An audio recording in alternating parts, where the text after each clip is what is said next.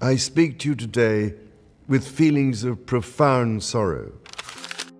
A luxury yacht off the French coast, a deleted photograph, a future king supposedly stripping Queen Camilla of staff, briefings, and public duties. The allegation claims Prince William quietly pushed his stepmother out after the images leaked. But the official record reveals a contradiction the dramatic version cannot explain. Camilla was never removed. The supplied account names a Maltese-registered vessel called Esperanza III, a Luxembourg company, donors, palace meetings, and a purge through late 2025. It presents precise dates, financial figures, and conversations as though they came from disclosed documents. Yet it provides no identifiable registry filing, photograph, charity account, palace statement, or established news investigation supporting the central claims. That absence becomes more important when placed beside Camilla's documented schedule. On July 22, 2025, the King and Queen visited the National Stud and met community representatives in Newmarket. The following day, they attended the Sandringham Flower Show. On July 26, Camilla appeared at King George Day at Ascot. These engagements do not account for every private hour of her summer, but they establish that she was publicly working during the alleged 5-day scandal. Then the timeline becomes harder to defend. The account says William's intervention reduced Camilla's role by September, with appearances disappearing and access narrowing. Official records show the Queen opening a pavilion at Dulwich Picture Gallery on September 4th, carrying out 3 engagements in Cornwall on September 2nd, receiving members of the Roxburgh Club with the King at Balmoral on September 10th, participating in the United States state visit, and attending her Reading Room Festival at Chatsworth on September 19th. That is not the public pattern of a consort being systematically removed from royal life. The strongest contradiction appears later. Camilla's official biography continued to describe her as supporting the king, undertaking public engagements, and holding more than 100 charitable patronages. By 2026, the royal family's own website recorded her hosting events at Clarence House, attending national ceremonies, and accompanying Charles on major duties. Whatever private disagreements may exist in any family, the institution did not behave as though William had expelled the Queen. And William could not simply remove her title through an internal decision. A royal consort supports the sovereign, but does not exercise independent constitutional power. Camilla's position comes from being the wife of the reigning king, while William remains the heir. His influence is substantial and growing, but the title's claim that he kicked her out gives him an authority the public record does not show him possessing. So why does the story feel plausible? Because it borrows from genuine concerns surrounding royal money, access, and reputation. The monarchy has faced damaging controversies involving wealthy associates, donations, residences, and the blurred boundary between private friendship and public influence. A yacht is therefore an almost perfect symbol. It suggests luxury, secrecy, and access beyond the reach of ordinary scrutiny before a single improper act has been demonstrated. The account also understands how modern royal power is imagined. Charles is presented as emotionally loyal but physically weakened. William is portrayed as the disciplined reformer already controlling the machinery. Catherine quietly inherits Camilla's engagements. Staff recognize the future king as the institution's new center of gravity. Each element reflects a familiar public discussion about succession, but the story turns discussion into a completed coup without providing evidence that the transition occurred. That is the first real conflict beneath the headline. William is the Prince of Wales, Duke of Cornwall, and direct heir to the throne. He manages a major estate and is building his own program of public work. Yet greater responsibility does not mean he has become a second sovereign operating above his father. The official structure still places Charles as king and Camilla as queen, supported by William and other working royals. The dramatic account erases that distinction because a quiet coup is more compelling than gradual succession planning. Camilla's position makes the allegation emotionally powerful for another reason. Her acceptance has always been tied to Charles. For viewers who still understand the family through Diana's history, the idea of William reducing Camilla's influence can feel like delayed justice. The yacht photographs become less important than what they supposedly permit him to do: protect the monarchy, defend his mother's memory, and prepare a different future. But that interpretation creates its own danger. It encourages the audience to accept an unsupported scandal because the imagined consequence feels satisfying. The alleged documents, donor links, staff cuts, and private warnings are not treated as claims requiring proof. They become pieces in a moral story where William must be right because he is presented as reforming the system that failed Diana. One genuine detail shows how easily that method works. Separate online rumors in August 2025 falsely claimed Camilla had been thrown out of Buckingham Palace after being caught cheating and stealing jewelry. Fact-checkers found no evidence for those accusations, while official appearances continued. The Yacht story changes the mechanism but preserves the conclusion. A hidden offense is discovered, Camilla is expelled, and palace silence is offered as confirmation. The central question is therefore no longer what William found in leaked yacht photographs. No credible evidence establishes that such photographs expose the scandal described. The deeper question is why multiple stories keep inventing different reasons for the same desired ending. Camilla removed, Charles unable to protect her, and William taking control before he becomes king. Because once that repeating structure is visible, the supposed maritime filing begins to look less like the source of the revelation and more like a prop designed to make fiction resemble investigation. And the next layer is even more consequential.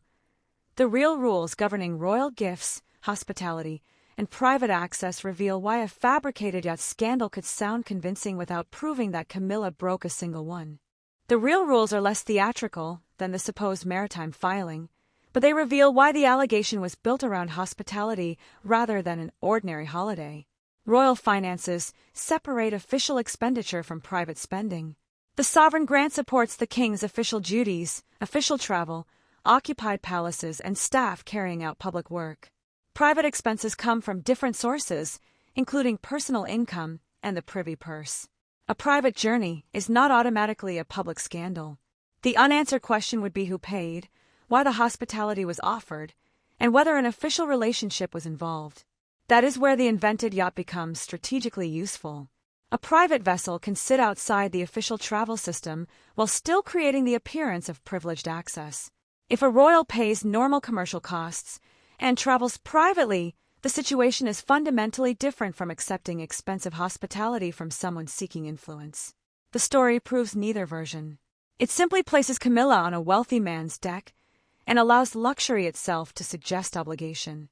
But the royal household's policies show that gifts and hospitality are not meaningless. Its gift framework manages what the sovereign and other family members receive, while annual financial reports explain how public money supports official duties. Those systems do not establish that the alleged trip occurred. They explain why the claim sounds serious.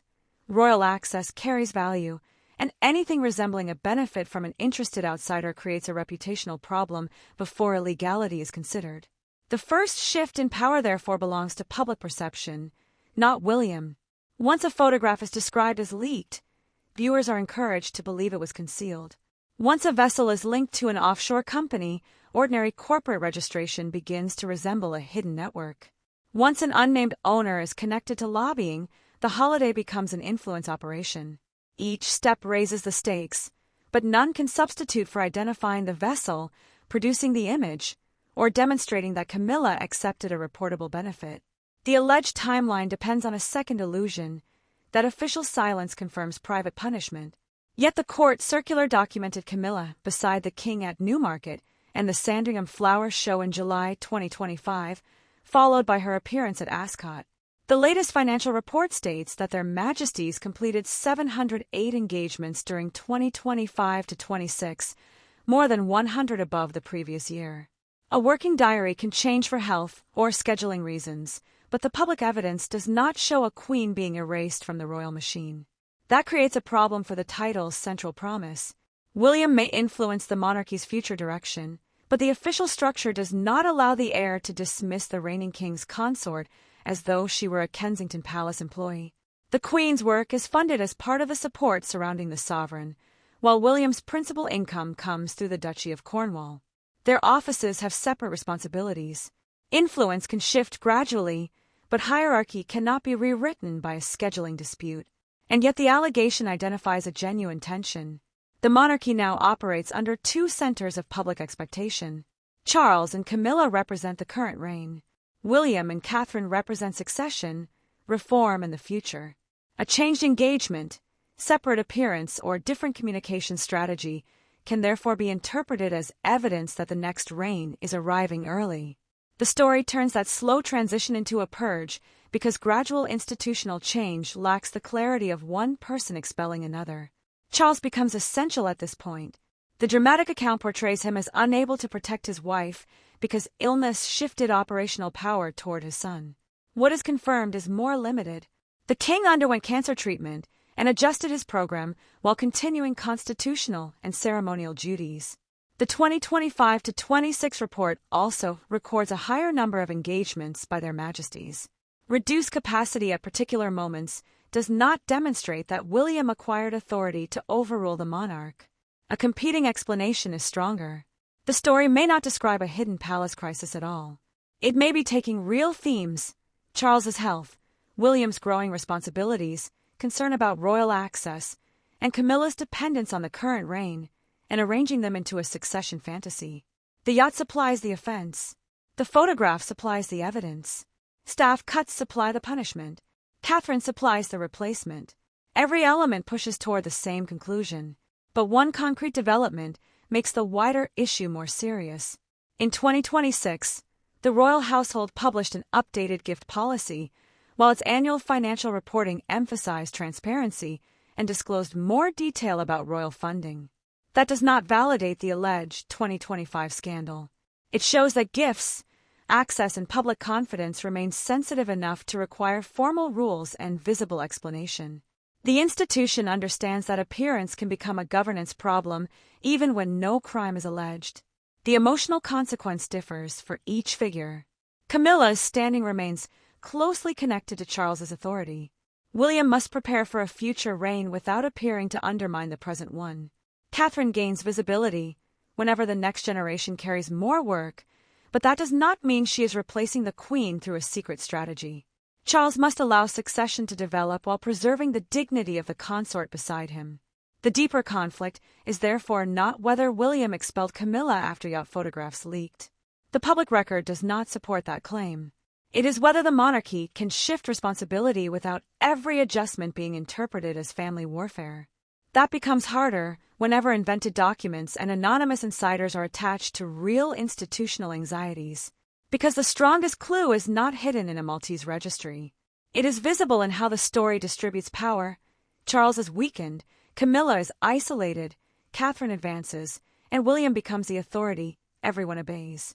That pattern began long before the supposed yacht journey, and one real decision involving Camilla's family was later transformed into evidence that William had already begun clearing the path for his own reign. That decision concerned Annabel Elliot, Camilla's sister, and it was real, but far less dramatic than the version later built around it. After William inherited the Duchy of Cornwall, its accounts showed that Elliot's interior design services were no longer being used. Headlines described her as removed from the payroll. The explanation given was more practical. Her work had been completed and existing staff could continue without her. The distinction matters because the duchy was now William's responsibility. When Charles became king in September 2022, the estate automatically passed to his eldest son. It was not a palace department seized through a coup. It was the hereditary property portfolio attached to the Duke of Cornwall, giving William control over its management, contracts, and direction. A change involving Camilla's sister therefore looked personal from the outside, even when it could be explained as ordinary succession. But the symbolism was impossible to ignore. Elliot had worked with the estate for nearly 2 decades after being brought in during Charles's period as Duke of Cornwall. Her design work was associated with holiday properties, offices, and buildings shaped by the former prince's preferences. Once William took control, the arrangement ended. One era's trusted family connection had not automatically carried into the next. That was where a routine administrative decision became evidence in a much larger story. The same audience later asked to believe that William had reduced Camilla's staff after a yacht scandal had already seen him end a paid arrangement involving her sister. Individually, the events were different. One was documented in estate accounts, the other remains unsupported. Placed together, however, they created the appearance of a campaign. The strongest evidence still supports the less dramatic explanation. The duchy's reporting described consolidation and change as its new duke considered what the estate should become under his leadership. Its priorities included financial performance, net zero ambitions, mental health support, and action on homelessness. Ending a completed design contract fits that transition more naturally than a hidden attempt to punish Camilla. Yet this did reveal where William possessed genuine power. He could not dismiss the queen, remove her title, or command the king's household. He could reshape the duchy. The estate provided him with financial independence, a large management structure, and authority to discontinue arrangements inherited from his father. That is not sovereign power, but it is important preparation for kingship, and the first place where his preferences could produce measurable change. The financial details sharpened the contrast. In William's first full year managing the duchy, the estate produced a distributable surplus of £23.6 million. Its holdings stretched across 23 counties and covered more than 135,000 acres. Decisions made their affected tenants, commercial partners, charities, and public bodies. Treating every staffing change as a family feud underestimated the institution he had inherited. But a contradiction remained. Royal reporting often presents William as modernizing the monarchy through written standards, transparency, and professional management. The duchy has also faced criticism over rents, tax privileges, and commercial arrangements with public services. Reform is not a simple story of one disciplined heir correcting everyone around him. William is taking control of a powerful inherited system while being questioned about how that system earns and uses money. That complication weakens the fictional yacht narrative because it replaces difficult governance with a cleaner moral contest. William becomes the uncompromising reformer. Camilla becomes the symbol of informal privilege. Catherine becomes the reliable successor. Charles becomes the husband unable to stop the future. Each role is easy to understand, but the real distribution of power is less convenient. Charles still controls the sovereign household and remains the source of Camilla's official position. William controls the duchy and his own household. Catherine's growing importance comes from being Princess of Wales and future queen, not from secretly receiving duties taken from Camilla. The monarchy is living through an overlap, one reign operating in the present while another household prepares for responsibilities it has not yet inherited. That overlap creates emotional pressure even when no confrontation occurs. A contract Charles approved may not survive William's review. A custom associated with Camilla's family may not become part of the next reign. A financially sensible decision can still feel like a warning about the future. Family loyalty and institutional authority begin pulling in different directions without anyone issuing an ultimatum. Two interpretations remain. One is that Elliot's departure was simply the completion of professional work during a normal change of management. That version is supported by the published explanation and the absence of evidence that William acted against her personally. The second is that the decision revealed a broader boundary. Family relationships established under Charles would not automatically create influence under William. The first explains the event.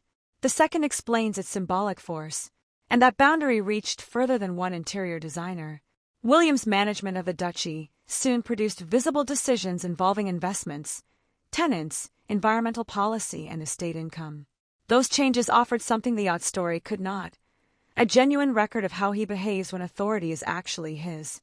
Once that record is examined, the question is no longer whether he secretly removed Camilla. It is whether his documented approach to money, accountability, and inherited arrangements reveals how sharply the next reign may differ from the present one. The clearest answer came on September 17, 2025, not through a yacht registry or an internal purge, but on the lawns of Windsor Castle.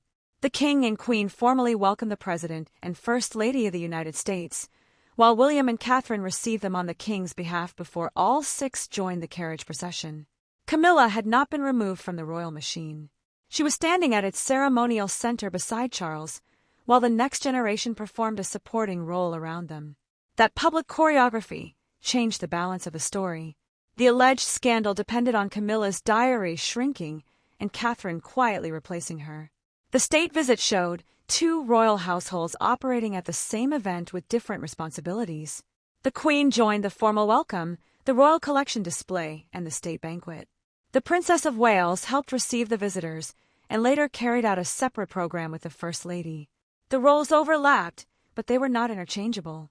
The immediate consequence was that the headline's central claim lost its strongest support. If William had stripped Camilla of influence after a secret summer crisis, one of the most important diplomatic occasions of the year would have exposed that change. Instead, the official record placed her beside the sovereign during the royal salute, carriage procession, and banquet at St. George's Hall. The palace could conceal disagreement. It could not easily conceal who performed the Queen's duties before cameras, diplomats, and government. But the same ceremony revealed why rumors of a power shift continue.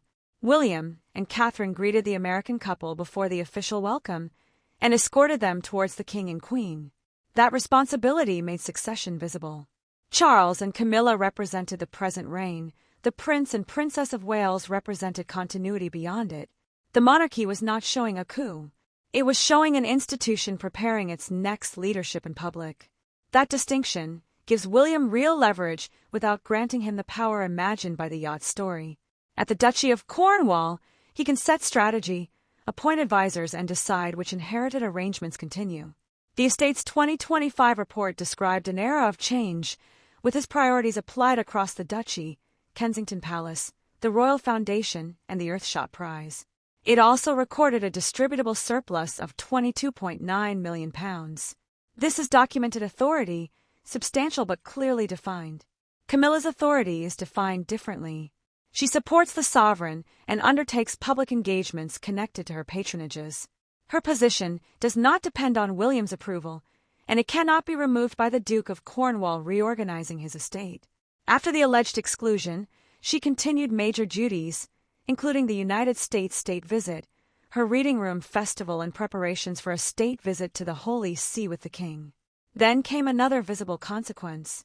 In December 2025, the King and Queen hosted the German president and his wife at Windsor, again joined by William and Catherine in the carriage procession and formal welcome. The repeated arrangement mattered more than one photograph. It suggested an operating model. The sovereign and consort remained central, while the heir and future queen take increasingly prominent roles without displacing them. That model creates pressure because it leaves room for two competing interpretations. One sees cooperation, a smaller monarchy distributing work among its most senior figures while William prepares for future responsibilities. The other sees a contest in which every assignment to Catherine is treated as something taken from Camilla, and every decision by William is presented as an attack on his father's wife. The palace can manage the schedule, but not the emotional history attached to it. For some viewers, Camilla's continued presence beside Charles represents stability. For others, William's growing prominence carries the memory of Diana and the promise of a different reign. A carriage procession can therefore be read as unity or as a photograph of two eras waiting for one another to end. The first outcome is control transition. Charles remains sovereign, Camilla continues her duties, and William develops his standards through institutions already under his authority. Catherine becomes more visible because succession requires preparation, not because the Queen has been secretly dismissed. This preserves dignity and prevents ordinary organizational change from becoming family warfare. The second outcome is a permanent rivalry narrative. Under that interpretation, every reduced appearance becomes punishment, every joint event becomes forced theater, and every duchy decision becomes evidence that William is dismantling Charles's world before inheriting the crown. The monarchy could perform flawlessly and still lose control of the meaning attached to those performances. That is the institutional risk the fictional Yacht story exposes, even while its allegation remains unsupported. The monarchy's power depends partly on ceremony communicating stability. Yet ceremony now supplies material for competing stories about access, health, succession, and loyalty. The more responsibilities William accepts, the easier it becomes to claim he has already taken authority. The more Camilla continues beside Charles, the easier it becomes to portray her as resisting the future. The turning point at Windsor did not prove that no private tension exists. Public ceremony cannot reveal every relationship inside a family. What it proved was narrower and more important. The visible structure did not match the alleged removal. Camilla remained queen, William remained heir, and Catherine's expanding role existed beside the current consort rather than in her place. But that leaves the most consequential question unresolved. If the Yacht scandal did not cause William to expel Camilla, what do his genuine decisions reveal about the boundaries he may impose once the crown is actually his? The answer lies not in a leaked photograph, but in the standards he has already introduced where his authority is real, and in what those standards could eventually mean for every arrangement built under his father's reign. The standards William has introduced where his authority is real suggests something more measured than the purge described in the Yacht story. He appears willing to review inherited arrangements, demand clearer accountability, and reshape institutions he directly controls. But that is not the same as removing the queen. The central claim collapses because it confuses preparation for kingship with possession of the crown. That distinction is the most important consequence of the Windsor appearances. William's influence is growing, but it remains bounded by the reign that exists now. Charles is sovereign. Camilla is queen because she is his consort. William controls the Duchy of Cornwall, his household, and the programs attached to his public role. The future king can establish a different management culture without overruling the monarch. The first long-term effect is a sharper public boundary around royal authority. Every decision William makes will be examined for clues about the next reign. A contract ending at the duchy may be interpreted as a warning to Camilla's family. A prominent engagement for Catherine may be described as a replacement. Succession has always involved gradual preparation, but digital storytelling turns that preparation into an immediate struggle for power. That creates a second consequence for Camilla. Her current position remains secure within Charles's reign, yet her institutional role will inevitably change when the crown passes. She would no longer be the reigning consort, and the household surrounding the sovereign would be reorganized under William. The precise arrangements would depend on law, convention, property, finance, and personal decisions not yet made.